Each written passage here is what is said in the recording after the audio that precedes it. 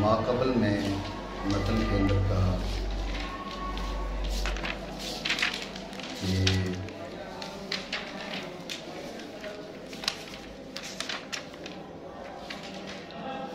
وَلَيْسَ الْكُلُّ مِنْ كُلِّ مِنْهُمَا بَدِيهِيًّا وَلَا نَظْرِيًّا۔ تصورات اور تصدیقات میں سے ہر ایک نہ بدیہی نہ نظری، نہ سارے تصور بدیہی نہ سارے تصور نظری، نہ ساری تصدیقات بدیہی نہ ساری تصدیقات نظری۔ ٹھیک ہے، تو پھر نتیجہ کیا نکلا؟ کہا بل بعض من کل منہما بدیہی والبعض الآخر نظری۔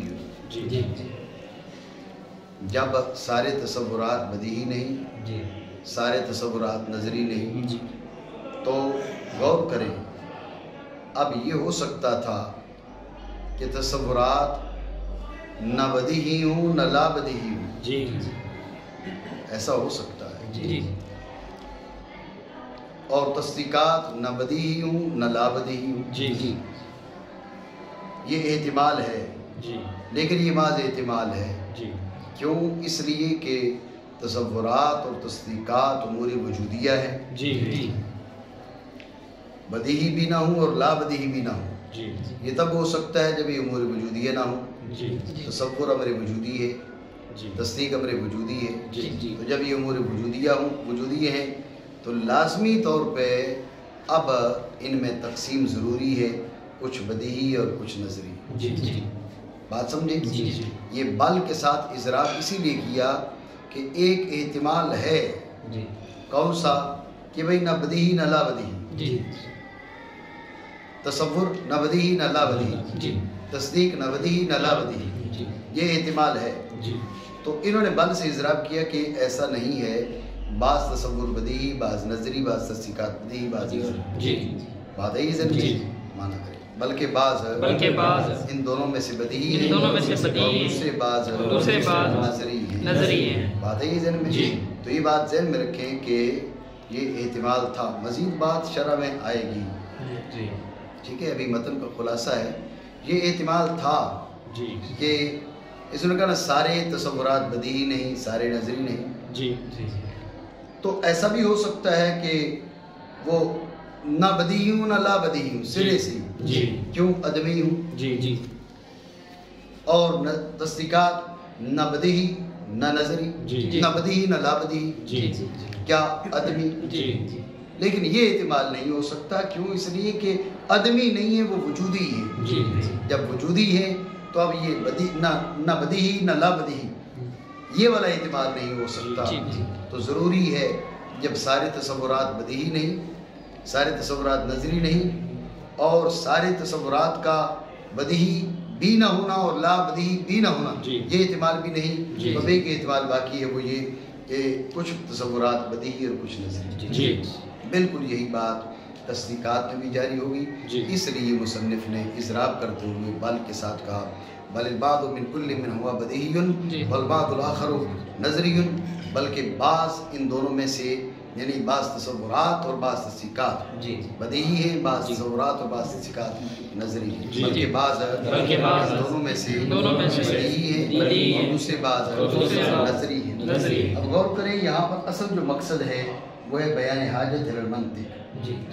اصل مقصد کیا ہے؟ بیان حاجت المنطق، اور اس ضمن میں جو منطق ہے اس کی تعریف بھی حاصل ہو جائے۔ تو غور کریے، اس کی یہ مقدمات ہیں۔ علم کی دو قسمیں، تصور اور تصدیق، ہر ایک کی دو قسمیں، بدیہی اور نظری، لیکن فقط یہ کہنے سے حاجت المنطق بیان نہ ہوگی، بلکہ یہ کہنا پڑے گا کہ نظری بدیہی سے بطور نظر فکر حاصل، نظری بدیہی سے بطور نظر فکر حاصل، نظر فکر میں خطا، اس خطا سے بچنے کے لیے قانون، وہ قانون منطق۔ اب یہ مقدمات پوری ہوگی، تو تقسیم ہو چکی علم کی تصور تصدیق کی جانب، تصور تصدیق کی تقسیم ہوگی بداعت نظر کی جانب۔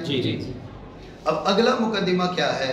اگلا مقدمہ ہے کہ نظری کا حصول بدیہی سے بطور نظر فکر ہوتا ہے۔ اسی بات کو بیان کرتے ہوئے مصنف نے کہا یحصل منہ بالفکر، نظری یحصل منہ من ہو من البدیہی بالفکر، ٹھیک ہے، کہ بعض بدیہی اور بعض وہ نظری جو بدیہی سے بطور بذریعہ فکر حاصل، بات سمجھے؟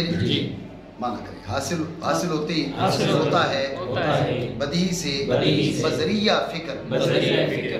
اب وَذَلِكَ التَّرْتِيبُ لَيْسَ بِثَوَابٍ دَائِمًا، یہ اگلا مقدمہ، لیکن اس کے بیان سے پہلے فکر کی تعریف کر دی۔ ترتیب امور معلومات للتعدی الی مجہول، امور معلومہ کو یوں ترتیب دینا، امور معلومہ کو ترتیب دینا تاکہ مجہول تک رسائی ہو، امور معلومہ کو ترتیب دینا تاکہ مجہول تک رسائی ہو۔ امور معلومہ تصورات ہیں، تو اب رسائی معلوم تصوری تک ہوگی، اور اگر امور معلومہ تصدیقات ہیں تو رسائی معلوم تصدیقی تک ہوگی، بات سمجھے؟ اور وہ ترتیب ہے امور معلومہ کی مجہول تک رسائی کی، ٹھیک ہو گیا؟ اب اگلا مقدمہ کہ نظر و فکر میں خطا ہوتی ہے، اسی کو انہوں نے ان الفاظ میں بیان کیا کہ وَذَلِكَ التَّرْتِيبُ لَيْسَ بِثَوَابٍ دَائِمًا، یہ ترتیب ہمیشہ درست نہیں ہوتی، یہ ترتیب ہمیشہ درست نہیں ہوتی، ٹھیک ہو گیا؟ تو اب اگلا مقدمہ ہے کہ لہٰذا ایک قانون کی فاحتیج الی قانون تعصم مراعات والذہن عن الخطأ فی الفکر، ٹھیک ہے نا؟ اگلا مقدمہ یہ ہے، لیکن اس سے پہلے اس پہ دلیل پیش کر دیں۔ وَذَلِكَ التَّرْتِيبُ لَيْسَ بِثَوَابٍ دَائِمًا، یہ ترتیب ہمیشہ درست نہیں ہوتی۔ دلیل کیا ہے؟ کہا لِمُنَاقَضَةِ بَعْضِ الْعُقَلَاءِ بَعْضًا فِي مُقْتَضَىٰ أَفْكَارِهِمْ، بات یہ ہے کہ بعض لوگوں کے ساتھ جو تنازعات ہیں، جھگڑے ہیں، یہ دلیل ہے اس بات کی کہ بھئی ہر نظر و فکر ہمیشہ درست نہیں ہوتی۔ بھئی ہو سکتا ہے کہ اس نے جو بات کی وہ نظر و فکر کے بغیر بات کی ہو، اس نے نظر و فکر سے بات کی ہو، یہ نظر و فکر کرتا تو یہ تناقض نہ بنتا۔ اس نے کہا فی مقتضیٰ افکارہم، نظر و فکر کے بعد بھی یہی ہوتا ہے۔ بھئی ہو سکتا ہے ایک عقل مند نہ ہو، دوسرا عقل مند ہو، تو بنیادی بات یہ ہے نظر و فکر تو اس نے کی ہے، لیکن نظر و فکر کی صحت کو پہچاننے کے لیے جو بنیادی چیز پہ عقل تھی وہ موجود نہ ہو، اس نے کہا نہیں، یہ مناقضۃ بعض العقلاء، یہ جھگڑا عقلاء میں ہے، یہ عذر بھی تمہارا درست نہیں۔ بات سمجھے؟ کیا کہا کہ بھئی لوگوں کے بیچ اختلافات ہیں، دعویٰ کیا وَذَلِكَ التَّرْتِيبُ لَيْسَ بِثَوَابٍ دَائِمًا، اس کی دلیل پیش کر رہا ہے۔ دلیل یہ پیش کی کہ لوگوں کے نظریات میں باہم تناقض ہے، تو کہنے والا کہہ سکتا تھا کہ تناقض کی وجہ یہ ہے کہ ایک نے نظر و فکر کی ہوگی، دوسرے نے بغیر نظر و فکر کے بول دیا۔ اس نے کہا نہیں، فی مقتضیٰ افکارہم، یہ جو نظریات میں اختلاف ہے یہ فکری تقاضوں کے بعد پڑا ہے، نظر و فکر کے بعد بھی اختلاف ہے۔ بھئی نظر و فکر کے بعد اس لیے اختلاف ہے کہ ایک عقل مند ہے، دوسرے کے پاس عقل نہیں ہے، عقل نہ ہونے کی وجہ سے اختلاف پڑ گیا، کیونکہ ایک کے پاس عقل تھی، اس نے ٹھیک نظر و فکر کر لی، دوسرے کے پاس عقل ہوتی تو وہ بھی فکری غلطی کو پہچان لیتا، کیونکہ اس کے پاس عقل نہیں تھی، اس لیے دشواری بنی۔ اس نے کہا نہیں، یہ مناقضات بعض العقلاء، یہ جھگڑا اہل عقل کے بیچ ہے، لہٰذا یہ عذر بھی درست نہیں ہے کہ بھئی عقل نہیں ہے، عقل بھی ہے، نظر و فکر بھی ہے، پھر بھی جھگڑا ہے تو ماننا پڑے گا کہ نظر و فکر میں غلطی ہوتی ہے، مانا کریں۔ بس بعض عقلاء کے بعض کے ساتھ مناقضہ کے اپنی فکروں کے تقاضوں توجہ ہے آپ کی۔ تو اب مزید بات واضح کرنے کے لیے کہ آپ یہ دیکھ لیں، غور کریں، بعض اوقات آپ کہہ سکتے ہیں بھئی اس کا پوائنٹ آف ویو اور تھا، اس کا زاویہ نظر کچھ اور تھا، اس کا زاویہ نظر کچھ اور تھا۔ نہیں، ایک بندے کو لے رہے، وہی ایک بات اور سوچتا ہے، دوسری بار اور سوچتا ہے، اپنی نظر و فکر جو کی ہوتی ہے دوسرے مرحلے میں جا کر اس کے ساتھ وہ معارضہ کر دیتا ہے، اس کے ساتھ اس کی مناقض ہو جاتا ہے۔ تو یہ بات ماننا پڑے گی کہ نظر و فکر میں خطا ہے، آپ یہ نہیں کہہ سکتے کہ نظر و فکر میں خطا نہیں ہے، نظر و فکر میں خطا ہے۔ اگر خطا نہ ہوتی تو آپ کہنے اس کا زاویہ نظر اور ہے، اس کا زاویہ نظر اور ہے، تو زاویہ نظر بدلنے کی بات نہیں ہے. ایک ہی شخص مختلف حالات میں خود اپنے سے مناقض ہوتا ہے. یہ دلیل ہے اس بات کی کہ نظر و فکر میں خطا ہے. بات سمجھے نہیں؟ بلکہ ایک انسان مناقض ہوتا ہے اپنے آپ کے دو وقتوں میں.